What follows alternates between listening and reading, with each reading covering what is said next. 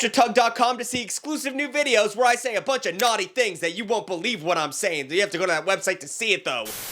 Coming to you straight from an overpriced apartment in Brooklyn, New York, it's the Nighty Night Show with Big Tug, starring your host and the guy who still owes me $2 for super chatting in his own YouTube live chat, even though I work for him, Tucker Lindgren. Stay tuned for the history of late night, its biggest flops, the most outrageous talk show moments ever, and a countdown of the worst late night segments of all time. And now, your host, Tucker Lindgren. Thank you so much, everybody. Thank you. Hey, have you guys been seeing all the late night talk show stuff going on? That's pretty crazy, right? The Late Show with Stephen Colbert was canceled just 3 days after Colbert criticized CBS in his monologue. He joked that the $16 million lawsuit that Trump sued over a 60-minute interview was a big fat bribe. And this is normally where, the late night guy would make a joke. There's no joke in the script. I can't go off script. So... I'm sorry. I don't know what to say. I'm sorry. I guess comedians complaining about cancel culture were right, though. You really can't say anything anymore. Thanks to billionaires aiding in low-key state censorship. That's cool. But that's not all. Jimmy Kimmel also had a run-in with state censorship. ABC suspended Kimmel after comments he made following the Charlie Kirk assassination. And that was a real mind warp for supporters of Jimmy Kimmel, most of who are Democrats, as they found themselves championing the free speech of a late-night show host who used to host The Man Show.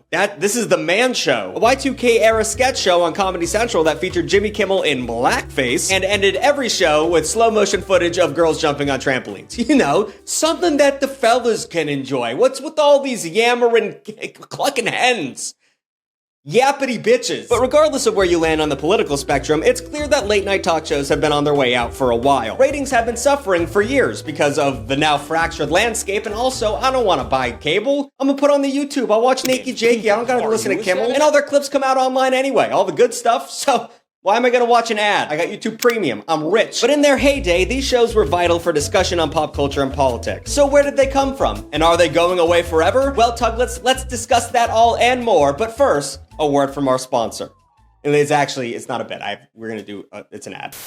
Gift buying. I'm so bad at it that I have started losing friends. Anniversary, gift card, birthday, gift card. I'm like an absent grandfather who is putting in minimal effort, except I in real life am putting in a lot of effort and I'm just really bad at it. But overall, thank God a little website called Uncommon Goods exists for a dummy like me. Uncommon Goods is a curated online marketplace known for original, handmade, and meaningful gifts. These aren't those cheap, barely personalized gifts you get from overseas websites that break within an hour. These are well-made, affordable gifts that are made to get you into the brain of someone you actually care about. For example, I wanted to buy my brother a gift, but how is one man supposed to find out what another man would want for a gift? Am I supposed to talk to him? Ew! So I go to uncommongoods.com and I'm immediately met with a bunch of categories that are super helpful for narrowing down him. Then I see this laptop stand and I'm like, oh my god, he's always using his laptop in his bed or on the couch, but he's always complaining about not knowing where to put it. And this thing has a built-in cooler for the laptop and a little cup holder and a thing that pulls out so you can put things in it. That's perfect. And he loved it. He's here right now. I'm gonna show you how much he loved it. This product is great for me, his brother, a noted laptop gamer. I actually cried when I got it. Okay, and that's a lot. That's a lot. Oh, you don't have to lie. You can just say you like it. Okay. Oh, I do like it. Yeah, no, but they're gonna get mad at me if you oversell it. I would have never found it without Uncommon Goods' help, and it made my brother thrilled. Not that thrilled, but actually pretty thrilled. So whether you're shopping for a Secret Santa or just a loved one, Uncommon Goods can help. Click the link in the description or scan the QR code on screen. Get 15% off your next gift at uncommonGoods.com. Discover one-of-a-kind gifts for everyone on your list. I don't know if that was supposed to rhyme, but it's fun.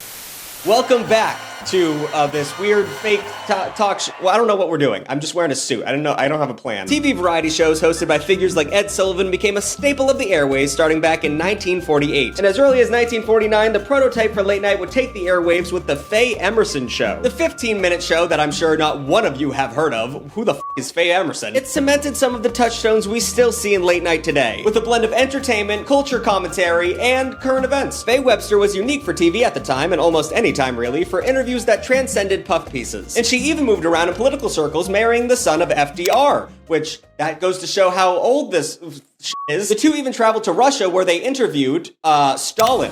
Chris, play the music. No matter what I do, guys, I keep going back to the USSR. I can't stop it. They're very involved in the history. I just don't want to be deported. And this joke is getting old, but it's scaring me at this point. I can't stop talking about the Soviets. Unfortunately, for the rest of this episode, you'll notice that there's going to be a lot less ladies behind the desk when we talk about late night TV shows, because she was one of the first and literally one of the last. It would be nearly 4 decades after Emerson until Joan Rivers began hosting The Late Show in 1986. 5 years after Emerson's show ended, NBC debuted Late Night with Steve Allen. Not this Allen.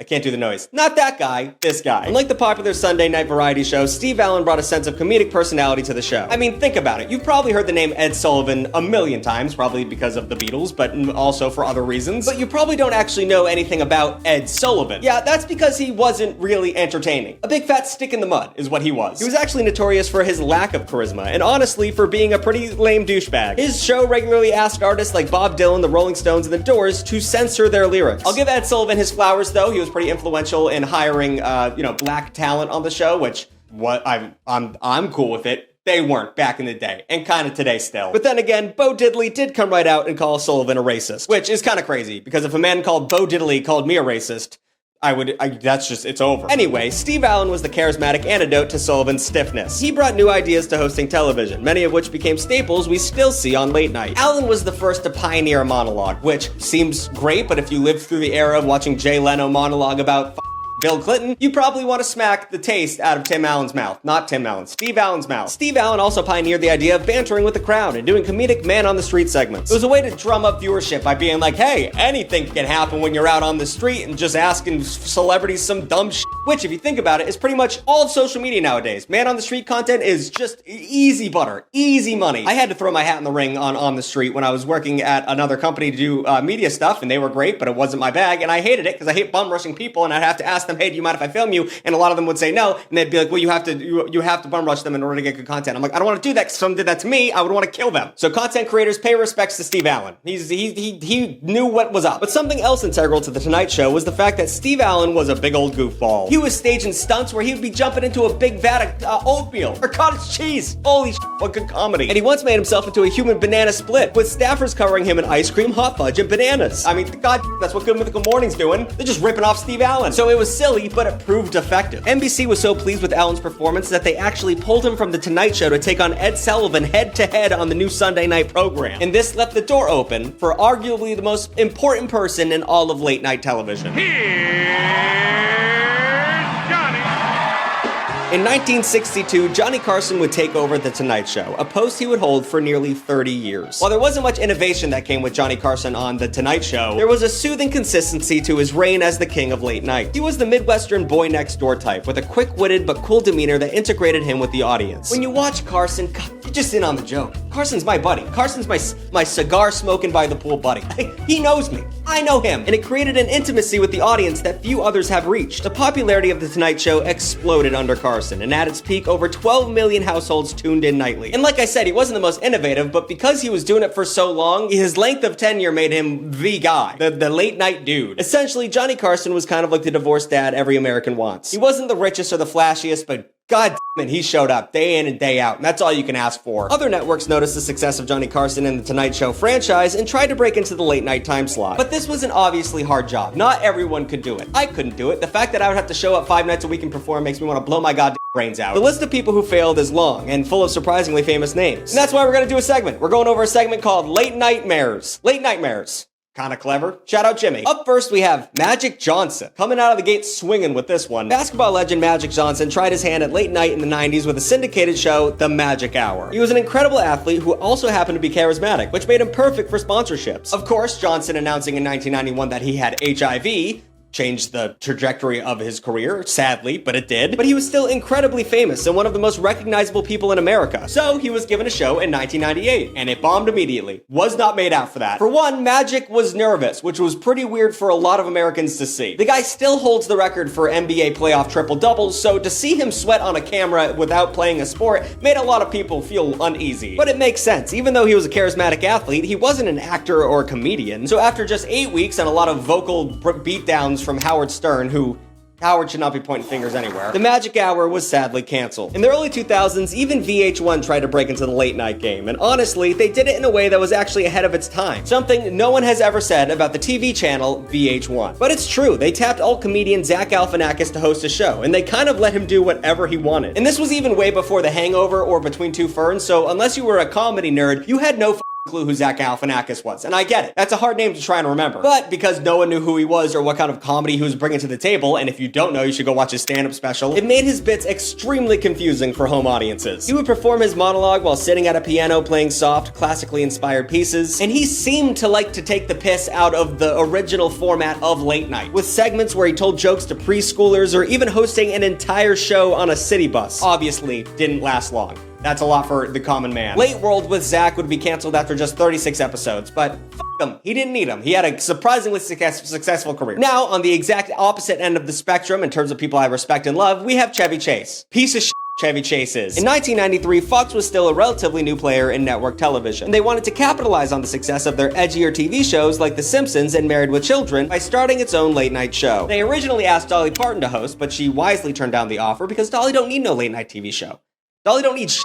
Dolly can do whatever the hell she wants and I'll give her money for it. So they went with SNL alum Chevy Chase. While Chase hadn't done TV since the early days of SNL, he was a huge star thanks to roles in movies like Christmas Vacation. But Chase and the Fox network soon found out that acting and hosting are two completely different things. This was a notable difficult transition for Chase, someone who is already notoriously hard to work with, and it seemed like his own ego made it hard for him to work within the parameters of the format. The show was panned by critics immediately, with one critic from the Entertainment Weekly saying, "In search of a decent cheap laugh, the Chevy Chase show had managed only to give vulgarity a bad name." And after just 6 weeks, Fox canceled the show, and good. I hope Chevy Chase felt real bad about that. And I don't know if this is a real story. This is secondhand, because it's a story about Chevy Chase that a celebrity told that my dad heard, and then he told me. So I don't know if this is true, but apparently he was doing the monologue, and someone said that Chevy Chase cannot improvise. He cannot do it. He needs cue cards. And on the cue card, it said something like, "Hey, everybody, how we doing?" And they just said, like, just say it. And, like, he got up there, and they put the card down, and he's like,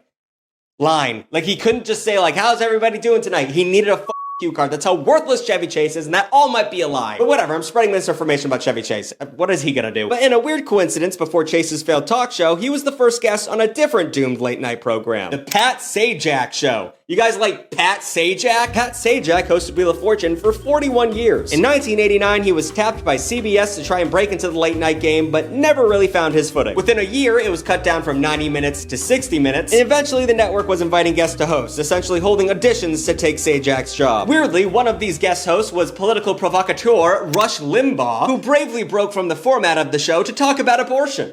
That's what I tune into. On a fun late night show to listen to Rush Limbaugh talk about abortion. Is he dead? I hope he's dead. After Limbaugh confronted the crowd, they turned on him, heckling him, booing him so loudly that the producers eventually forced the audience to leave the studio so that they could actually finish the show. This was the only time that Pat Sajak's show made any type of headlines and helped raise Limbaugh's profile, one that would dominate political discourse for the next few decades, which pretty much exclusively lies. So shout out Pat Sajak, he pretty much made Rush Limbaugh, which is a crazy line of reasoning. But as scandalous as it was at the time, the Rush Limbaugh stunt isn't even the most outrageous moment in late night. Part of the appeal of these talk shows is the fact that they're on late at night. I don't think I had to explain that, which has cracked the door open for boundary-pushing guest appearances. However, even late-night show hosts have their limit, which some guests have completely trampled over, which is why we're introducing another bit inside of a bit. TV show.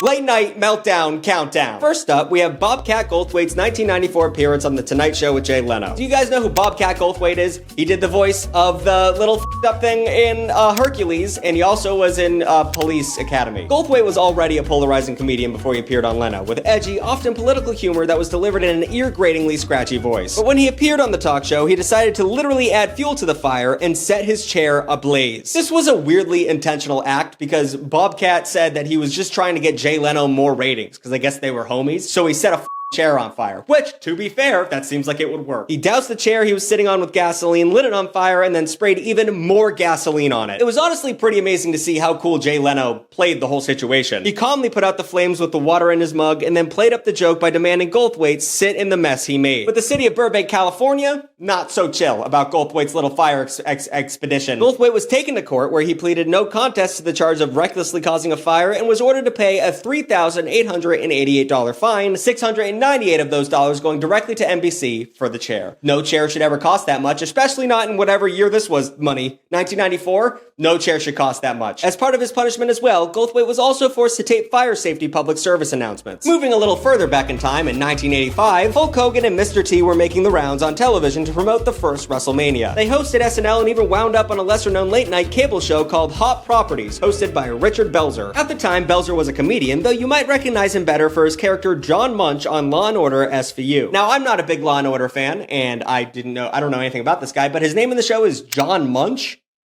Last name Munch? Incredible. Love it. John Munch in the show about sexual crimes. God damn. But during Belzer's interview with Mr. T, he continually belittled him for associating himself with professional wrestling. Then Hulk Hogan comes out, and Belzer doubles down and keeps poking fun at the Hulkamaniac. Or is that what we are? Whatever, he was making fun of Hulk Hogan. So, when he finally asked Hogan to show him a wrestling move, the Hulkster was more than happy to oblige. He put Belzer in a chokehold, and not like a fake wrestling chokehold, a real-ass chokehold. Hogan calmly applied the move with the audience watching as Belzer's arms went limp to his sides. Then Hogan just dropped his ass on the studio floor, clopped him, and he just was passed out for a few seconds on the ground. When he got up, he managed to throw to a commercial while bleeding from the back of his head. Belzer left the show and received 8 stitches in the back of his cranium. He sued Hogan for $5 million and later settled out of court for a clean $400,000. Then Belzer took that money and used it for a down payment on a house in France. So, I don't know. For somebody who had a show that no one remembers, that's a pretty good payout. But of all the B-team late-night talk show hosts, Dick Cavett might be one of the most important. His show, which ran in one capacity or another for 27 years, took on a more freewheeling conversational tone. He welcomed tons of comedians, but also gave platform for thoughtful discussions with politicians, or authors, and artists. Not really my bag, I just want to see the comedians. But it's why in 1971, he found himself sitting across from J.I. Rodale, an early advocate of organic agriculture who the New York Times called the guru of the organic food cult. Now, this guy was a pretty wild figure. Yes, he was pro-organic food, but he was also anti-sex and pro-segregation. What year was this? 1971. Okay, makes sense. Rodale was 72 years old, but during his interview, he told Cavett that he had never felt better and that he was going to live until he was 100 years old. Cavett invited his next guest on the stage, and Rodale stayed on the set, which was the custom in the early days of talk shows. But during the interview, Rodale let out a weird snoring sound, slumped down in his chair, and died. He just said he was going to live to 100. The audience initially laughed, thinking it was a bit, but in actuality, Rodale had a heart attack. Cavett soon realized something wasn't right and asked the audience if there was a doctor in the house, and 2 medical interns rushed on stage and tried to resuscitate Rodale, but it was too late. Fortunately, the show was taped and not live, so the network was able to pull the tape before it was aired. However, there's a group of people who swear that they watched the death on television. This deadly episode of Dick Cavett's show is a huge part of baby boomers' Mandela effect. But anyway, after Johnny Carson announced his retirement in 1991, David Letterman, already the host of NBC's Late Night, was considered the frontrunner to take over The Tonight Show. Instead, the job went to Jay Leno. Now, I could make a whole video on the Late Night Wars, but if you want to watch a video on that, read the book, The Late Night Wars, or there's so many people who are going to do it better than me, so I'm going to gloss over a lot of it, but it is a very interesting part of late night history. So I'm going to give you the abridged version of everything that's about to happen. Letterman was obviously pretty pissed about the Jay Leno thing, and instead of continuing to host on NBC in his later time slot, he jumped over to CBS and helped launch The Late Show. The ensuing years, as I mentioned, were known as the Late Night Wars, the battle between Leno and Letterman for ratings and guests. To many critics and most comedians, David Letterman and me. Just want to get that out there. David Letterman was the clear winner in the Late Night Wars. His show brought absurdist humor and a devilish edge to the format, but more often than not, Leno prevailed as a man of the people. And his hacky jokes about O.J. Simpson, Bill Clinton, and Pam Anderson won the ratings battle. He was a sort of predictable comfort food for most late night audiences. But like, if you knew what was actually funny, you'd be watching David Letterman. Because before David Letterman, when you watched, Johnny Carson, he'd get a celebrity and he'd be like, so what's it like living in Hollywood? And they'd be like, it's great. I'm so perfect. And everyone would laugh. David Letterman had people on and he was just like, well, have you ever seen a penis? They'd be like, what are you talking about? He'd be like, I'm going to go jump into this wall made of Velcro. I'll let you know. David Letterman was really a man of the people because he knew what was actually funny.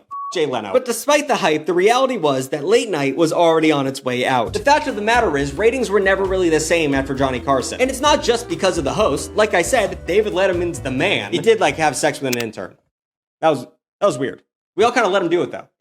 Different time. But it wasn't just because of the host. The media landscape was already changing, with cable offering way more to watch when you just stay up late. Not only did you have shows like Arsenio Hall, but there were also specialized channels like ESPN and MTV offering viewers new, highly curated options for the first time. The result was a steady decline in ratings from the 90s. That led to an outright plummet in the social media age. To try and stay relevant in the changing media landscape, talk shows have pivoted to content that's easily reposted on social media. And one of the worst offenders in this department of just literally making short-form content on a big stage in New York is Jimmy Fallon. It's hard to deny that his excitable golden retriever energy works well with mainstream audiences. But like, I don't know, maybe because I'm from New England, but we have a long-standing relationship with phony people. Like, I can sniff out when someone's being disingenuous. Jesus Christ, if that's not Jimmy Fallon in a bag. His pandering, celebrity-friendly bits and clippable content that desperately wants to go viral has made his show feel less like a late-night show and more like a bunch of social media clips interrupted by a talk show. But I mean, there is a part of me that's an old man yelling at a cloud right now, because late night shows have always evolved into a new format. Why did I say always like that? Johnny Carson had that dumb bit where he was Karnak the Magnificent, a mystic who would psychically answer questions in an envelope, and Conan O'Brien had the masturbating bear.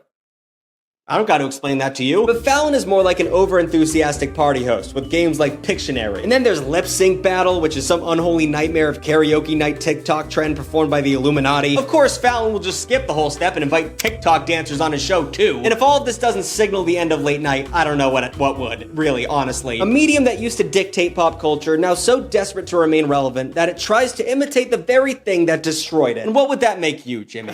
What does that make you? A pile of ashes with a nice little haircut and a microphone. That's what you are, Jimmy. That's what you are, Jimmy. I don't know, that seems a little harsh. Maybe I'll be on Jimmy Fallon one day. I mean, he'll let someone like me on, for sure. A dumb internet guy. I love you, Jimmy Fallon. Ignore all of that. That would be really big for my career. But someone I won't backpedal away from is James Corden. Remember when he had a show? F that guy. There's always been something about him that set off my spidey senses. It's an overly nice thing. Like, hey, you can be affable, but there is a darkness to the way James Corden did it. And it was exposed. We all saw it, but I saw it first. He doesn't have a show anymore, thankfully. I think he went back to terrorizing the British, but everything about his show represented the race for the lowest common denominator that late night has become. Something that suggests he's mimicking social behaviors without actually believing in them. I'm sure some nights with some guests, the only way to get through the interview is by total disassociation. However, faking it that hard, the James Corden hard faking it, to the point where your whole life vibes like some off-Broadway show about radical positivity through song, well, that leads me to believe that you know where some goddamn bodies are buried in the woods. It just does. You're creepy to me. Okay, I'm ranting here though, so let me just pull it back in. Carpool karaoke can suck my fat d. I don't need to explain this, right? Like, this took over the world 6 years ago. Basically, James Corden and someone famous sing popular songs while driving around in a car, and we're forced to watch it. I actually think this bit would have been more realistic if it was filmed from the perspective of someone in his trunk, because that's where James Corden keeps people. Sorry, I keep going off the rails with James Corden. And then there was the spiritual sequel, the Carpool Karaoke, Crosswalk the Musical. This is when Corden had like his guests and a bunch of dancers just do some during a crosswalk when the red light was there. And it was obviously just trying to milk everything that they got out of Carpool Karaoke, and it's just abysmal. But the crazy thing is, no matter how many pandering moments James Corden had, people still didn't like him. Because one, he sucked as just the show. Two, there was a lot of background talk about him being absolutely a huge douchebag at restaurants and just being an all-around fake motherfucker. So his show ended in 2023. But at that point, the damage had been done for all of late night. And by some estimates, 2023 was the year talk shows officially became unprofitable. But I wonder if it had anything with huge egos asking for unbelievable budgets to 60-second musicals on crosswalks. You. Well, that's gonna do it for our show tonight. Glad I got to sneak in a little bit of a late night show cosplay before we wrap this whole thing up in terms of both this episode and all of late night TV. Some of you are gonna get really mad at me because I didn't mention Conan O'Brien. But I didn't mention Conan O'Brien because I'm sure everyone who watches my show loves Conan O'Brien. And you probably know everything. If you love Conan O'Brien, you know everything about him. So I just skipped that step. Let me know in the comments down below if you want me to talk about Conan. Or if I missed anyone that you really liked in late night history. Let me know about it in the comments down below. I did gloss over Arsenio Hall and he was very important. New videos every Saturday and sometimes Wednesday. Make sure to like, comment, and subscribe. I actually do all those things. I think on mobile you can like ring a bell or hit like, I don't know, you can hit a button. I think you like I don't know. If you're on mobile, look for a button and press it. Also, I'm pushing 2 million subs at this point. So when I hit it, I'm gonna do something fun. The top like comment, no, I'm not gonna do that because you guys will say like suck a bird or something. Whatever. Let me know in the comments down below what you would want me to do if I hit 2 million subscribers. I feel like we could do something fun with that. I'm getting real close. And shout out to the extra Tuglets, the Tuggers, the real stars of the show. $4 a month. They get a new video every week and and a bunch of other cool stuff. You get your name at the end of the video, and you get to support me, and that's all that matters, baby. More to me. I need to start buying extravagant so it looks like I'm wasting your money. I need to do that. I think that would be a good bet. Like, it just kind of pans out, and like over here, there's just a giant gold statue of me, and I don't mention it at all. That's what I'll do for 2 million subscribers. I'll get someone to make a bust of me. All right. I don't know. I guess I'll leave the suit on all day. It does feel good. It's pretty cold out. Talk to you guys later. Bye-bye.